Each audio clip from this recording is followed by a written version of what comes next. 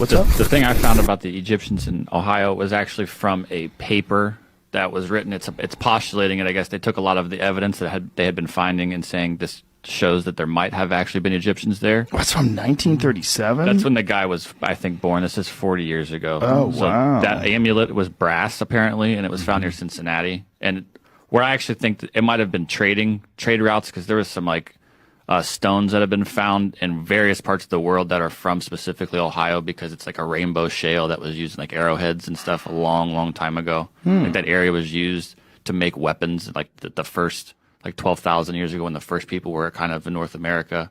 But that area in Ohio also is known as the sandstone capital of the world. And I don't know if that's related to the Egyptians, because that's what the pyramids are made out of, you know. There's tons of sandstone that is very specific to that region. Yeah. So Pyramids made out of sandstone? I thought so. Yeah, I've heard this. There's 21, from 1800 to 1980, 21 times the amount of sandstone that made the Great Pyramid was shipped out of Ohio to make various buildings all over the world. Really? Most of them in the United States, obviously, but all over the place. Dun, dun, dun. Yeah, just weird facts I found after Graham came History through. of the humans. We don't know history. We know some. All The right? the only history that we know is the one we go discover on our own time. The one that's presented to us is not history. It's all lies. Well, it's not all lies. All of it. There's some lies. I found that too. I didn't- Lost civilization in Grand Canyon was, Egyptian? Yeah, the Smithsonian published some stuff in 1909, Oh, wow. I guess. That article that got written, and I don't know how much of it they proved or was proven or was just newspaper. It's Whoa. like bait back in the day. Look at this. kind of, Even but- more amazing, the artifact didn't match up to anything on the known record. Rather than appearing to be of Native American origin, as one might expect, the object had distinct Egyptian or Tibetan designs. Could there have been an entire civilization of Egyptians living here? If so, how did they get here? Dun, dun, dun. It's not that hard. Hop in the boat, man. You got cats that leave Africa and try to come to Spain on these places on a chicken wing. Yeah. You know? It is interesting, right? Like the population of Cuba. Cuba's so insanely diverse, and it's right there. Like, what is the history of that other than the slave routes? Like, what is the history of Cuba? Because Cuba has very distinct African people living there.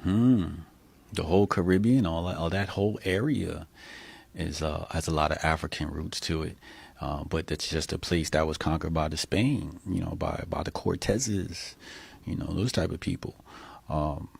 What really disturbs me is there's no way to know exactly what happened. It's like you're piecing things together based on artifacts and historical record, things that people wrote down, and journals and logs. And it's, There's people that have traveled. So, again, I've studied this so long ago, but I remember reading primary source from somebody that traveled with Cristobal Colon, a.k.a. Christopher Columbus.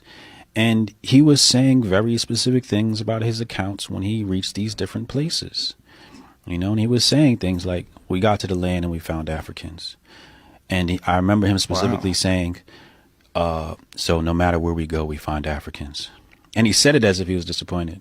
And then they started talking about, like, you know, they started talking about their culture and describing their culture. You just got to go look at the people that travel with Cristobal Colon, and there's some firsthand accounts there, and they're very honest about it, you know. dude, I'm going to look into that now. That's Yeah. very interesting. I'm going to ask Graham about that too, what he knows about it. Yeah. He's studied, I mean, especially on his latest book, he studied a lot about the various cultures that made it to North America and South Okay. America. Okay. Yeah. It's just very rich in history.